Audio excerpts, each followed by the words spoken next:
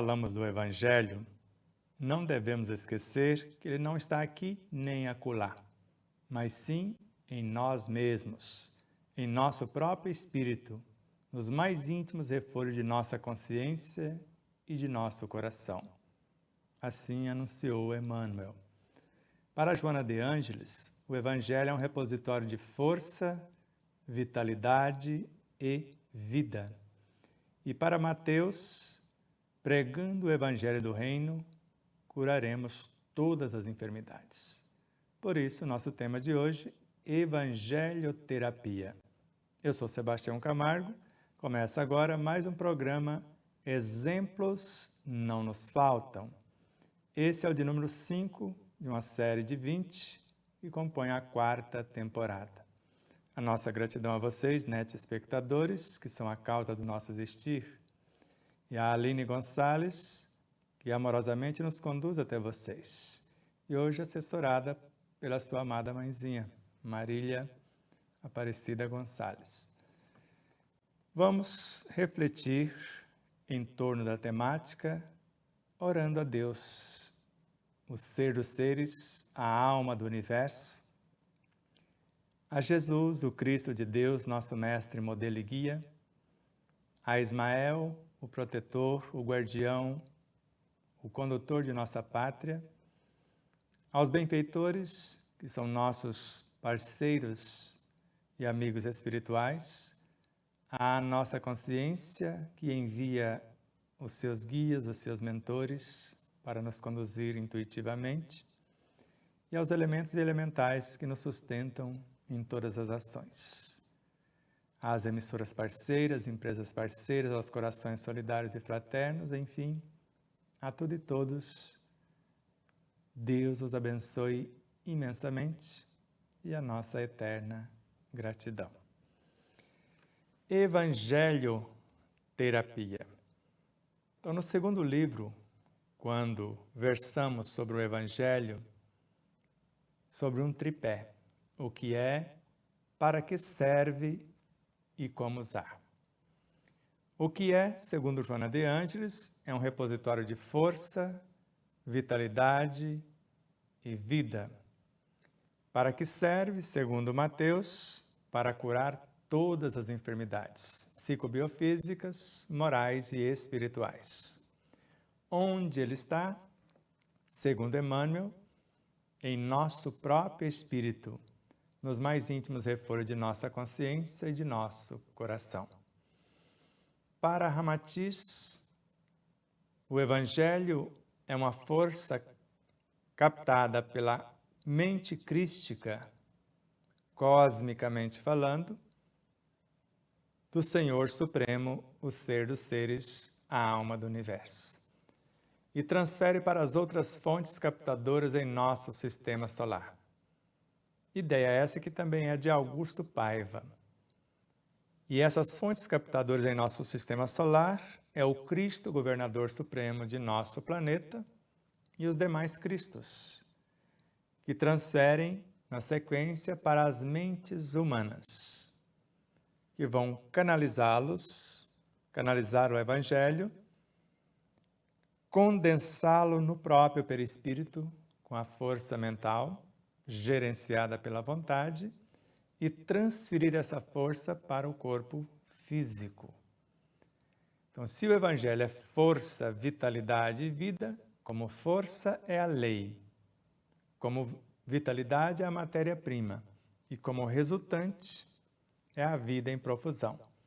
Não por acaso, o Espírito Sheila narra que cada reino tem o seu Evangelho, e cada Evangelho tem a sua linguagem. Para o Espírito Caena, o Evangelho está no ar, está nas águas, está nos peixes. Para Miramês e Bezerra de Menezes, ele está em toda a natureza. Por isso, não se trata de um livro ou de livros. Evangelho é força, vitalidade e vida. E por ser a ação criadora de tudo quanto existe, como vitalidade, gera e nutre a vida. Como força, organiza e mantém. Então, se ele está no ar, nós falamos da terapêutica do ar, que foi exatamente no terceiro programa, as qualidades indescritíveis do ar. Assim como falamos da água no segundo. Então, se o evangelho está na água, basicamente a água é composta de 2 elementos: hidrogênio, oxigênio. E o ar, como falamos, a sua estrutura base é o oxigênio, o nitrogênio e também vamos perceber o carbono e outros gases nobres. Enfim, esses 4 elementos base, hidrogênio, nitrogênio, carbono e oxigênio, é a base de toda a vida em nosso orbe terrestre, desde os minérios ao ápice do organismo humano. E Allan Kardec nos ensina a criar os átomos na obra O Livro dos Médiuns. E para Joana de Ângeles, o universo inteiro é feito de átomos. E esses átomos, por sua vez, são universos em miniatura, que para Khalil Gibran, cada átomo tem tudo que existe na Terra, ou tem tudo que existe no universo, conforme Joana de Ângeles. Então, em realidade, quando pensamos, nós vamos expressar a força criadora a partir de nós. Como ela se dá? O centro coronário, com suas 972 pétalas, ou virtudes, captam esses elementos que compõem o centro coronário, do fluido universal, que é o plasma divino, o alço do Criador, a sua força nervosa, capta o quê? Pode ser diretrizes inspirativas do cosmos. E pode ser a vitalidade, porque ele vai filtrar esse plasma divino para conformá-lo, para dar formas às figuras de nossa imaginação. Então, como diretriz, essa inspiração ou a intuição advinda da nossa essência consciencial. Como matéria-prima, esse plasma divino. Então, eles vêm junto para o mundo mental. Diferentemente, acontece quando nós o canalizamos da natureza por intermédio do centro Kundalini. Se o coronário é o ápice de todos os centros, o Kundalini tem apenas 3 pétalas e canaliza a essência do Evangelho da natureza.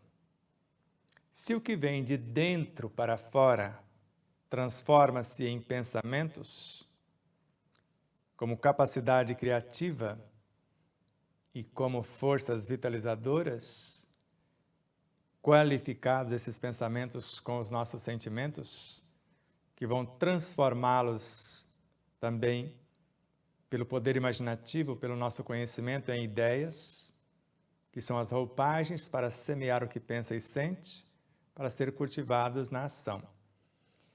Então, da natureza, nós vamos assimilar por intermédio do ar, da água, dos alimentos ou de vários outros mecanismos que se dá pela energia do sol por nossa pele, captado por nossa pele, e nós vamos trazer essa essência Kundalini, transformá-la em força criadora, que nós chamamos de energia sexual, e esta força criadora em bioenergia, e essa bioenergia vai criar os átomos, o núcleo atômico, o neutrônio, por exemplo, o elemento zero, que é um átomo somente com o núcleo, com a presença do neutrônio ou da energia nêutron, é um aglomerado de bioenergia, de princípios vitais. E a partir daí nós vamos criar os prótons, os elétrons, gestando esses átomos e combinando-os tanto para a confecção da água, para a confecção do ar, ou para outros elementos nutridores em nossa realidade. Ou quando interagirmos com aqueles pequenos segredos que falamos dos alimentos, podermos enriquecer esses alimentos ao toque do nosso pensar, sentir, do falar e do agir. Como isso se dá na vida prática? Já que estamos falando do Evangelho. Então, nós queremos falar do Evangelho para alguém. Como que eu falo? Vivendo. É o respeito que eu tenho a mim mesmo, porque o Evangelho está em mim, às leis, porque o próprio Evangelho é a lei e se transmuta nas imensuráveis leis, e também é a vida. Então, o respeito a mim mesmo, às leis e à vida é o respeito que se dá, ou que chamamos de vivência do Evangelho. O aproveitamento total, o não desperdício, o fazer o máximo com o mínimo, é o que chamamos também de vivência do Evangelho. O respeito que se tem para com o outro, que é o espelho da minha própria vida, porque tudo que vejo fora, estou me vendo espelhado, porque tudo que existe no cosmos, segundo Leon Denis, existe dentro de mim. E tudo que existe dentro de mim, existe em todo o cosmos.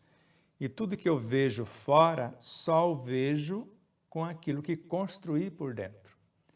Então, a lei e as leis que estão fora, sendo observadas, sendo apreciadas, vivenciadas, eu vou construindo a lei que existe em mim. Então, não tem como eu enxergar a vida com os meus olhos, a não ser com o que eu possuo, salvo se eu enxergar a vida com os olhos de um ser maior do que eu, moral e espiritualmente falando, que é perfeitamente possível. Eu, a alma, posso enxergar os meus veículos de expressão com os olhos da minha consciência. E esse é o exercício que vamos fazer agora. Então, o que você quer enxergar nos alimentos, no ar, na água ou em toda parte? Eu quero enxergar a essência do ser dos seres, a alma do universo, Deus, em sua obra. Quer seja olhando para os Cristos cósmicos, aqueles que gerenciam universos e nebulosas, galáxias e constelações, sistemas solares, ou cada planeta em particular. Ou seus guias, seus avatares, guias da humanidade, que gerencia cada setor da natureza, ou cada ser em particular, que eu estou olhando e vendo Deus estampado neste ser. Feche os olhos se quiser e comece a perceber o Evangelho no ar que você respira, na água que você sorve ou que você se banha, no alimento que você está comendo. Começa a perceber pelo seu estado de presença quantas vidas compõem essas vidas nutridoras. E quanto do Evangelho que você quer trazer para dentro de si, transmutá-lo em valores superiores e ofertá-los à vida, às leis e a si mesmo. Então, inspirem e tente visualizar-se em ação. Como? O que faria Jesus se estivesse em meu lugar nessa situação? Se eu não tenho as capacitações devidas, eu vou me apresentar e pedir que Ele me capacite conforme as oportunidades que a vida me ofertar. E duas coisas eu sei, e se eu sei, eu faço. Por exemplo, jamais eu peço trabalho conforme as minhas aptidões, porque aí eu vou fazer o que eu amo. Mas sempre peço capacitação conforme o trabalho que aparecer. Então, diante da situação, do desafio, peça a capacitação para amar o que você irá fazer. E fará tudo com amor ou por amor.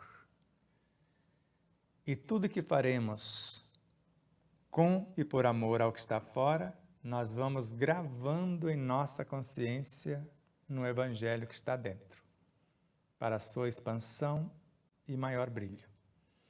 Repita o exercício em todas as situações. Então, duas coisas. Peça capacitação conforme o desafio, mas jamais apenas aquilo que você gosta de fazer para que apareça na sua vida. Gratidão a vocês, espectadores, que são a causa do nosso existir. Aline Gonçalves, Marília Gonçalves, a tudo e todos os seres, empresas e emissoras parceiras, a vocês que nos seguem em nossas demais redes sociais, nos ajude curtindo, compartilhando, aqui no YouTube, se inscrevendo, para que essa mensagem possa chegar a mais alguém. Se ela está servindo para você, compartilhe. Dê o seu gostei ou não gostei, faça o seu comentário. Tudo isso importa-nos e muito para a expansão da mensagem. O nosso próximo programa, já que no programa passado esquecemos de anunciar este, será Oração Nutridora. Nós vamos dar continuidade neste módulo, que é o Cuidar do Espírito, já que o primeiro módulo com 4 programas foi o Cuidar do Corpo ou dos Corpos. Então, Oração Nutridora, depois Recursos Bioenergéticos e, por fim, Caráter Rejuvenescedor. Aguardamos você. Namastê.